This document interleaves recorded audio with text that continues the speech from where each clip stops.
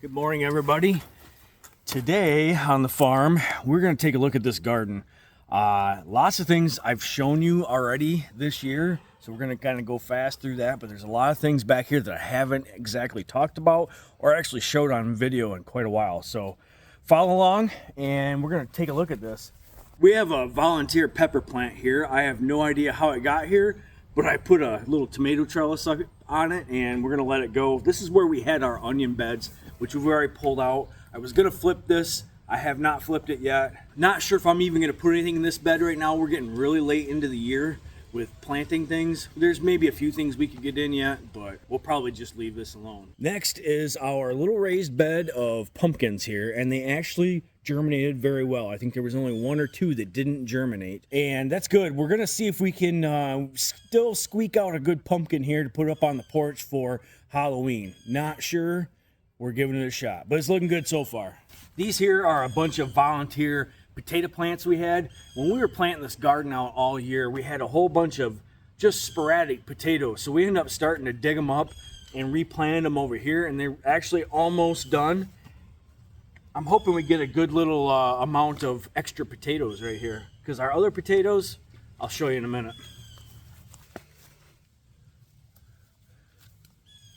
So our strawberries, after replanting them at this end of the garden, have exploded. They're doing awesome. We're really happy that we actually brought them down here. We're gonna try for next year and get most of this row as just strawberries.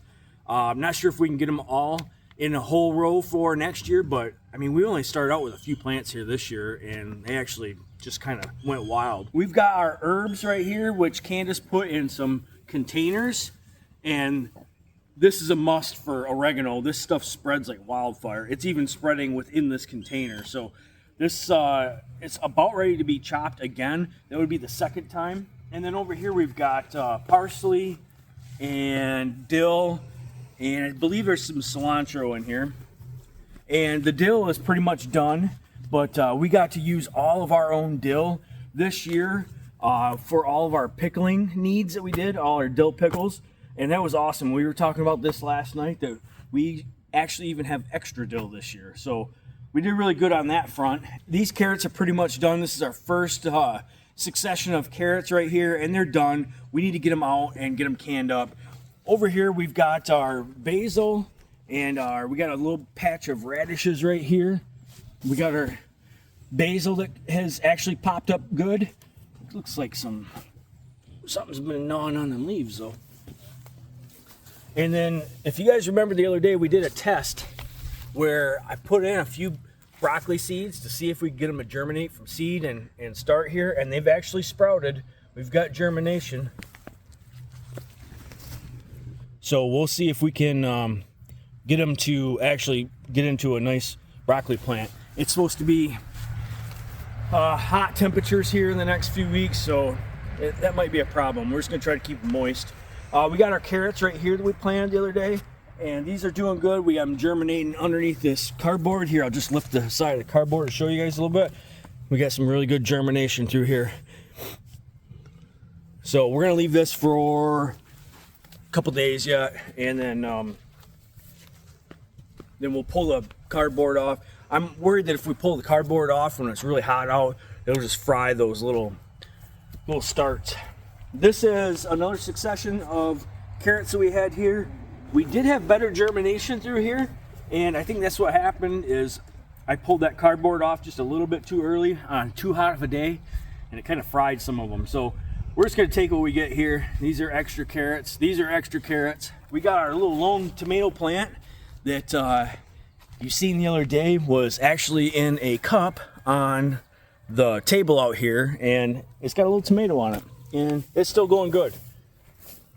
Now this is here's a problem area right here. We've got a serious case of OMGs going on right here. This is a fail. I'm gonna call this a homestead fail right here. We've got cabbage moths in here, terrible, and they've tore up some of these cabbages pretty bad. There's not much I can say about it. The broccoli did good. what I did, I planted cabbages on the outside, cauliflower in the middle, and broccoli on the other outside row. And it's too tight. There's not enough room for this stuff in here. I had a feeling it was going to be too tight when I planted it, but I was worried about getting everything else in the garden. So next year, definitely going to learn from this and spread this stuff out just a little bit more. But we are going to get some heads of cabbage here, and we do have some smaller heads of cauliflower. They just got eaten pretty hard here. Yeah, that cauliflower, if we don't cook it, it's gonna be toast. It is pretty much toast anyways, but whatever we don't eat here, looks like the broccoli needs to be picked again. This is why I like this broccoli. It's just cut and come again. We just keep cutting the florets off and then freezing it like we did in the video that we showed you. And Candace has like 2 big old grocery bags full of frozen broccoli in the freezer right now, which is awesome because we'll be eating on that all year long. Here's a good cauliflower right here. It's probably the best one. We're gonna have to pick that guy right there probably today yet. Ooh. Oh, ew. Something. I thought that was fine like yesterday. Well, she ain't fine today. So, yeah, whatever we don't use here will go to the chickens. They'll eat it all up. We've got our celery right here. This stuff is doing good. Candace peeked underneath the file folders last night just to see if it was working. She said it's working. So I'll make sure to bring you guys along when we harvest this stuff too, because I think it's going to be fantastic. Candace says she's going to freeze all this for soups. Now, I don't know how much soup you guys eat on your homestead, but that's a lot of soup. We might start a kitchen. It's a lot of soup. This is our lettuce here. We've been eating on this all summer long. A lot of this stuff is bolted. We actually have another succession in the house going under some grow lights for a second succession of our lettuce. Guys, if you haven't tried the Salanova from Johnny's, it is fantastic. I got the red and the green. We've got lemon balm. I got mint and chocolate mint. And then I got a few sporadic green pepper plants in here. We've already picked green peppers and they're doing great. These here are all reapers. These are all Carolina reapers right here. So I did a test and I'm going to update you guys shortly, but just kind of a sneak peek here. I actually have peppers that are mine that I had started from seed of my own, and I also bought some pepper seeds from Pepper Joe's, and so they're new Carolina Reaper seeds. And I'm going to have a comparison, basically which pepper is bigger, better, if it's hotter, whatever. But I want to see the difference between my seed and Pepper Joe's seed. There's some peppers right there. They're coming in strong. These guys are looking really good. They take a long time to get going and get established. It's not, and they thrive more in the hot part of the year anyways. So you got to kind of wait till, July, August to actually get a good formed pepper. So these guys are going good. They've got a little ways before we're going to harvest. Peppers, these are green peppers. And we do have sporadic other volunteer green peppers around the yard. These are all doing very good as well. And they're just starting to get some good peppers. Here's a nice one right there. Oh, it's got a little baby pepper attached to it. Look at that. So, yep, these guys are doing really good too. And then we've got our jalapeno peppers down here. And they're prolific. You get a few jalapeno plants going and they explode as well. We've got our potato row. Now, the way these potatoes came up, pretty much this half of the bed germinated faster than the other half. So those still got a little bit to go. These are done. I just got to get some time to come in here and dig them up, and we're going to preserve them.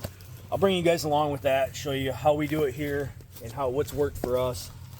We've got a lot of cucumbers in here. Look at this little mess of cucumbers right there.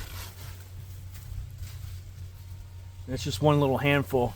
I think we've canned enough pickles this year. We are up to our capacity in pickles. If I can't eat more pickles, I'd have to go buy out all the ball jars out of the big box store just to be able to can anything else. So we're pretty much done. I'm gonna start giving these away to coworkers, family, friends, that sort of thing. But we're gonna go through here and pick these yet today because some of them got huge on us. Here's another planting of radishes, and you can see where the sun is. See, these were all planted at the same time, but see how much bigger these are down here as opposed to these up front?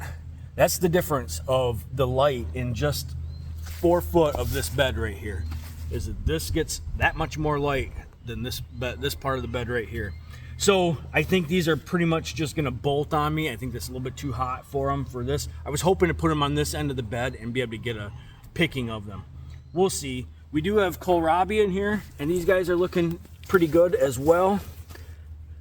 And I'm still hoping out for some kohlrabi here. I'm hoping they don't bolt. Oop, we got our green beans here. Looks like missed one. These guys have exploded. I don't know how many jars of green beans we've canned this year, probably a couple dozen. But just on this small row like this, we'll get another probably couple pickings on this before the year's out. Tomatoes. You guys have not seen the tomatoes much yet this year. Got them all trimmed up. They're looking decent. I do have some that have blossom end rot, and I've got some that's got a vine rot to them. And the blight is starting to sink in on me. So basically when I see leaves like that, I go in and prune them off. You guys ever dealt with blight? You don't want it anywhere near your garden, especially don't want it on the ground. So take a pail in or something, put all the bad leaves in, and do not compost this. You don't want this into your compost. So I just take them out in the woods, I throw them out there and let the deer eat them or something. But all right, so here's one other bad thing. If you can see here, this is a potato plant. This is a potato plant. I have a lot of volunteer potatoes in with my tomatoes. I thought I could let everything coexist and it would be all hunky-dory. It's not. The foliage on here is really keeping the moisture and some of the disease, like the blight. It's keeping the blight in here. Definitely not going to let that happen next year. I was just trying something. There's quite a few potatoes in here. This used to be my potato row last year, so there was obviously a few stragglers in there that didn't make it into the pantry. But you can see, look at this. We're getting blushed out tomatoes. We've already picked a whole bucket of tomatoes. And on this side, when I originally planted all this, I was gonna do a weave and put them all up in a weave. You can see I didn't get to it, right? So I'm not sure if I'm gonna try to even do that. They're so heavy that I'm just gonna see what I can do if I can just pick them on the ground.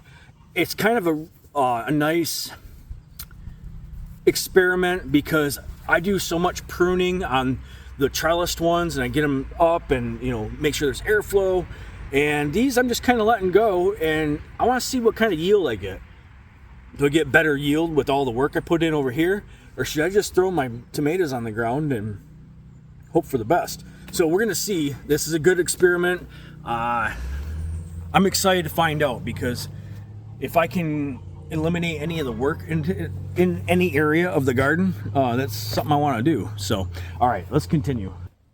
This is our perennial row. We got some lilies here, and then this is our dianthus that I planted last year, and it's coming out good this year. Usually takes about 3 years to actually like grow the way it's supposed to, so I'm looking forward to using that in some bouquets next year. It's very pretty out here right now though. And then we've got our yarrow. I planted a whole bunch of yarrow this year. Down here is where the yarrow was that we planted last year. And then we planted new down this way, and you can see that it grew great. This is fabulous for in bouquets. I love the yarrow in bouquets. It's very pretty and it lasts a long time in a vase. So that's very nice. So here we have 2 more rows of tomatoes.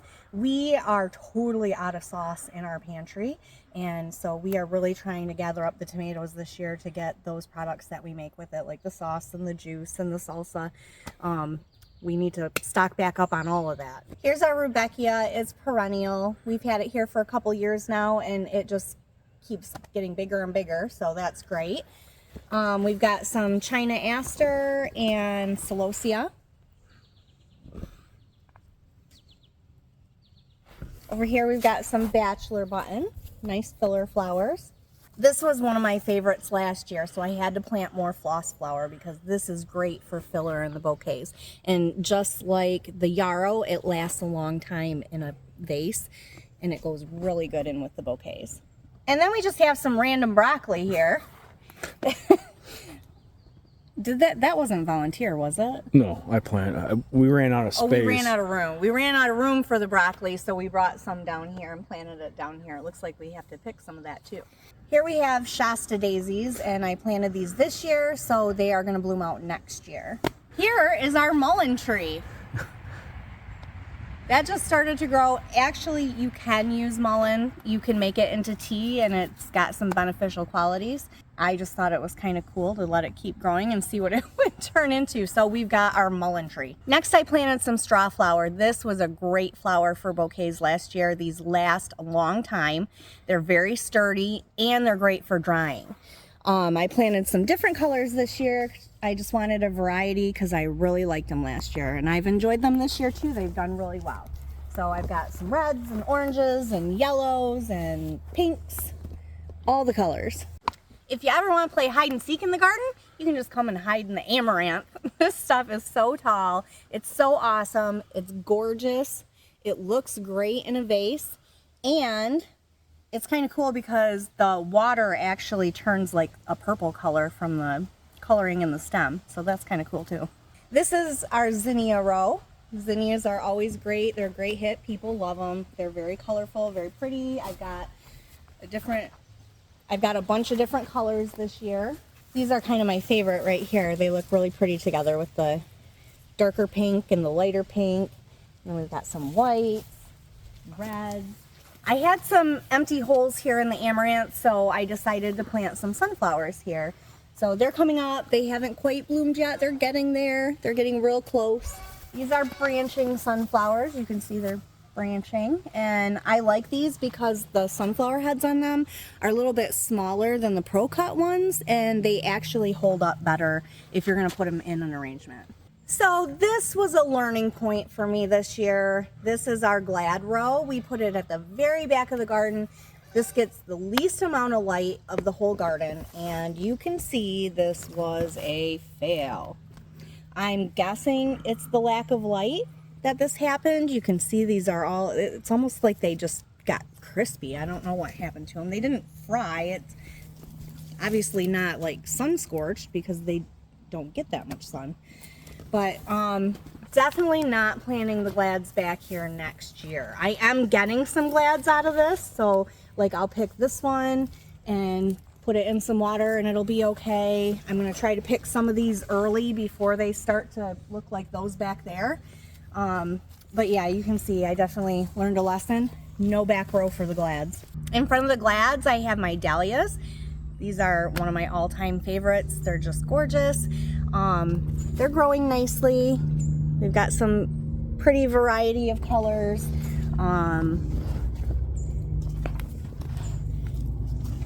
These are really nice. They look great with the amaranth together. And some straw flower. You can make a really gorgeous bouquet with these. So definitely some really good things have been happening in this garden. A few fails, not too bad. Overall, we're really excited with everything, and there's a lot that we have to preserve in this garden yet. It's going to be crazy. One thing that we have been doing this year is Candace has been making a really good list of what we've put up so far. So we know how many plants we need for preserving for a year's worth of food. That's our goal around here, is to have a year's worth of food preserved that we grow in the garden. And we're, do we need 200 tomato plants? Probably. Do I need 50 celery plants? I don't know. We're going to find out. So that's something that we haven't done very well in the past, is documented, how many plants we put in, how much we got out of it, how much we used, because there's no point in doing all the work if I'm going to have 30 extra pints of something at the end of the year because I didn't eat it all. So that's what we're really doing. I appreciate you guys following along. I hope you guys' garden is growing just as good as ours.